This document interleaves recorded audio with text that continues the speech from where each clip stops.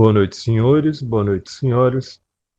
Meu nome é Ademir. Eu sou professor de língua portuguesa da educação de jovens e adultos da Escola Municipal, professor Ceci Cardoso Porfírio. Tudo bem com vocês, pessoal? Então, a partir de hoje, para poder dar mais, inclusive dar mais dinamismo para as nossas aulas, porque por conta das dificuldades e das particularidades que cada um de vocês tem para poder acessar as novas mídias, não é todo mundo consegue acessar ou ter os dispositivos para poder participar da aula via Google Sala de Aula todos os dias. Às vezes a pessoa participa num dia, não participa no outro. Eu estava percebendo que a dinâmica das nossas aulas não estava fluindo. O ritmo, a gente estava precisando quebrar o ritmo toda hora para ficar voltando às explicações. Então, a partir de hoje, pessoal, eu decidi começar a gravar as nossas videoaulas durante o horário de apresentação. Se tiver aluno, o professor vai gravar. Se não tiver aluno, o professor vai gravar do mesmo jeito. Eu vou disponibilizar essas videoaulas na minha página no YouTube. Lá vocês vão poder acessar todos esses vídeos, vão poder comentar, curtir, criticar, enfim, vão poder interagir com o professor para que o professor possa melhorar esses vídeos, para que vocês possam sentir que esse aprendizado tá sendo mais efetivo, tá? Então, pessoal, a Secretaria Municipal de Educação de Uberlândia, toda a rede municipal de educação, tem trabalhado nesse primeiro momento de ensino à distância, de educação em casa, nos anos finais do ensino fundamental e nos ciclos da educação de jovens e adultos, também chamada de EJA, está trabalhando aquilo que a gente chama de estratégias de leitura. Estratégias de leitura, pessoal, são métodos garantidos e testados cientificamente nas últimas décadas, que envolvem estratégias que ocorrem antes da leitura, durante a leitura e após a leitura. Tudo bem? São pequenas dicas ou pequenos métodos que leitores que já são mais familiarizados com esse processo de leitura, leitores mais maduros e que usam, estão acostumados a efetuar essa decodificação que envolve ler, que envolve a língua, já está acostumado a fazer isso no dia a dia de maneira quase instantânea, vai achar que esses ensinamentos, que essas técnicas, elas são repetitivas ou que elas não ensinam nada. Mas para aquelas pessoas que, como eu acredito, a maioria de vocês estão dando os primeiros passos na questão das técnicas de leitura, na fixação da leitura, no trato com o texto, na maneira como se deve se portar frente a um texto, as dicas linguísticas que a gente encontra no texto para poder se posicionar e interpretar ele de maneira mais efetiva, essas dicas são interessantes, pessoal.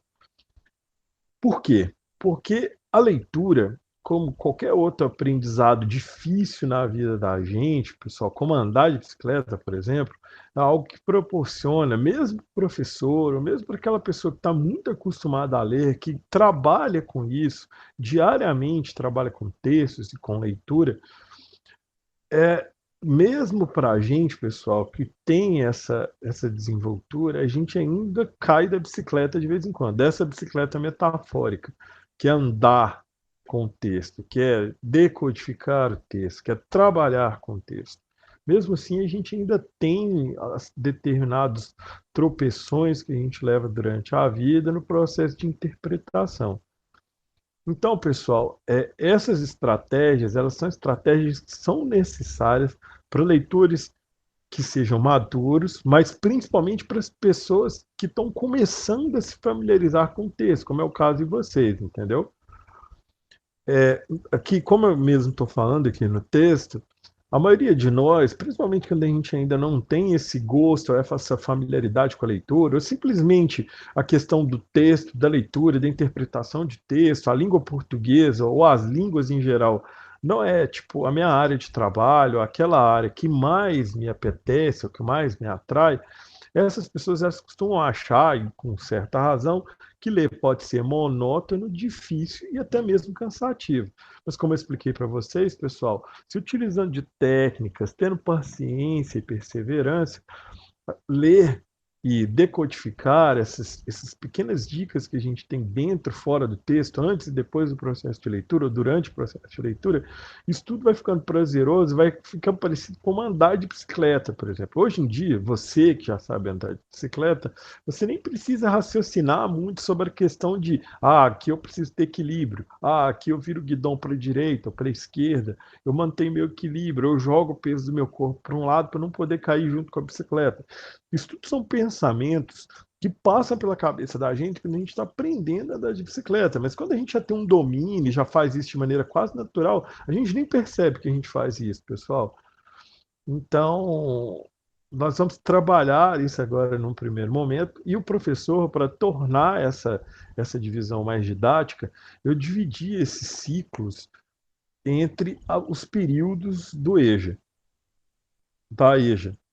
No sexto, eu vou trabalhar com determinadas técnicas, no sétimo com outras, no oitavo com outras e no nono com outras. E gradualmente o professor dividiu essas técnicas para que elas, lá no sexto período, elas sejam mais simples. E gradualmente, a partir do momento que você vai passando para os ciclos posteriores, esse grau de dificuldade vai aumentando. Para chegar naquele aluno, por exemplo, que começa aqui no sexto com duas rodinhas na bicicleta dele, ainda segurando o braço do professor, quando termina ali no nono período, o aluno ele já está andando com a bicicleta com uma rodinha só e já está sem a ajuda do professor. E o processo de retirar essa rodinha, de andar numa bicicleta pequena e depois passar para uma bicicleta maior para adulto, ou mesmo chegar naquele ponto que você consegue fazer malabarismos com a bicicleta, pessoal, isso você vai, é um processo que você vai desenvolvendo durante toda a sua vida e fora mesmo da escola. Quando você estiver em ciclos, esperamos que vocês estejam em ciclos mais avançados do que esse aqui, que são equiparados ao ensino fundamental, a gente espera que vocês possam ter acesso e possam mexer ou traduzir com os textos, ou trabalhar com os textos, ou entender as pistas visuais dos textos sem poder nem pensar muito, tá?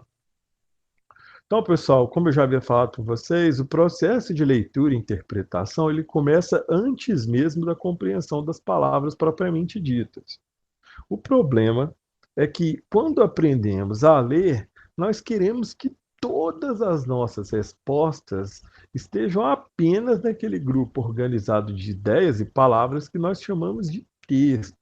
Porque, né, pessoal, a gente tem uma dificuldade gigantesca para poder pegar uma palavrinha dessa aqui, que significa uma sequência aqui de vários sons e de várias letras e morfemas, uma depois da outra, arranjadas de determinada forma, e a gente consegue aprender que tal coisa, tal palavra escrita dessa forma você lê de tal maneira, você fala de tal maneira, e quando você lê essa palavra, aquilo ali desperta uma ideia ou uma experiência na sua cabeça, e que através da memória dessa experiência ou da dificuldade, seja prazerosa ou a dificuldade que você passou, né, com aquela experiência, aquilo ali vai te dar uma ideia daquilo que aquela pessoa que escreveu o texto quer passar para você.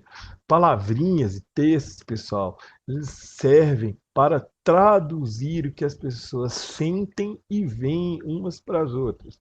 É por isso que a gente precisa da linguagem, principalmente das palavras. E aí, depois que a gente passa daquele processo, que é um processo difícil, tortuoso, da gente aprender a ler essas palavrinhas e decodificar essas palavrinhas, quando a gente fica de pé e a gente mal consegue se sustentar de pé, as pernas ficam tremendo, a gente sobe na bicicleta e anda um pouquinho e já acha que vai cair. Nesse, quando a gente consegue dominar um pouquinho desse processo, pessoal, a gente acha que é uma obrigação cósmica, é uma obrigação do mundo que todas as respostas às nossas perguntas, todas as respostas ao sentido daquilo que a gente chama de texto, que é uma coleção, uma junção de palavras, todas essas respostas vão estar lá, pessoal, nessas palavrinhas. E a gente sabe, hoje em dia, com os estudos recentes em cognição, pessoal, em neuropsicologia, que não. a gente, além das palavras, de traduzir, de ler essas palavras propriamente ditas, pessoal, a gente ainda precisa trabalhar com pistas que estão dentro do texto, fora do texto, e que estão inclusive na cabeça da gente. Por que eu digo na cabeça da gente, pessoal? Porque nesse primeiro momento a gente vai trabalhar com aquilo que a gente chama de conhecimento prévio, que vem de um termo em inglês, de estudos em ingleses, escritos em língua inglesa, que chamam este termo de background knowledge. Background knowledge, que é o chamado resumo visual, ou que a gente pode chamar também de, em casos mais específicos, de saber da vida. Isso é outra forma que a gente usa também em língua portuguesa. Então, pessoal, especificamente nesse material aqui do oitavo período, nós vamos trabalhar com o processo conhecido como conhecimento prévio, tudo bem? E nós vamos trabalhar também com o chamado resumo visual ou infográfico.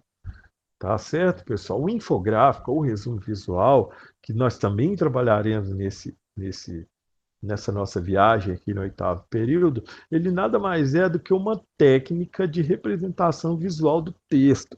Porque os estudiosos modernos, pessoal, perceberam que informação demais escrita em texto e que exige a decodificação pelas pessoas, ela cansa.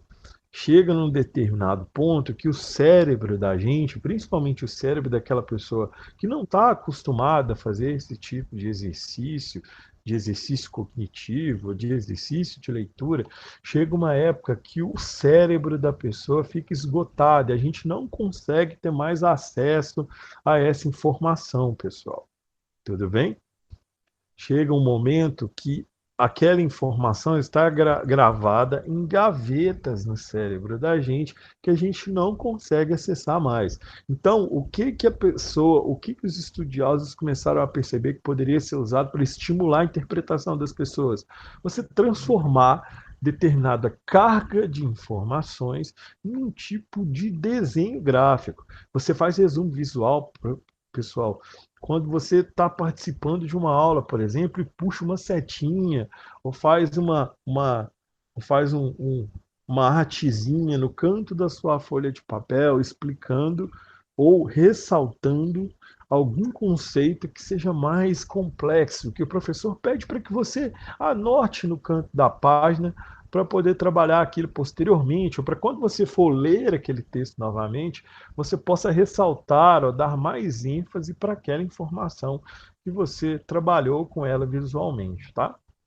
Pessoal, essa foi uma primeira aula, rapidinha, 10 minutos, vai ser mais ou menos, como eu acabei de falar para vocês, eu não posso despejar matéria demais em cima de vocês, porque chega uma hora que a gente começa a não mais assimilar esse conhecimento.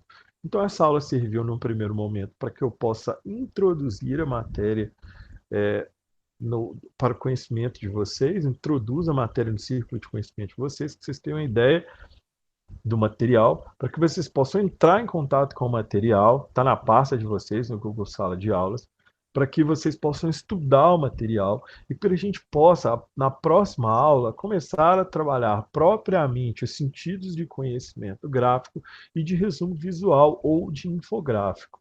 Essa é uma matéria gostosa, pessoal. Eu tenho certeza que vocês vão gostar. Fico por aqui. Agradeço a presença de cada um de vocês. Assistam, eu vou disponibilizar essa aula no meu canal do YouTube. Assistam a aula e interajam com o professor, tudo bem? Qualquer coisa, estou aqui para tirar qualquer dúvida que vocês possam ter a respeito da matéria. Agradeço a quem participou e desejo a todos uma ótima noite.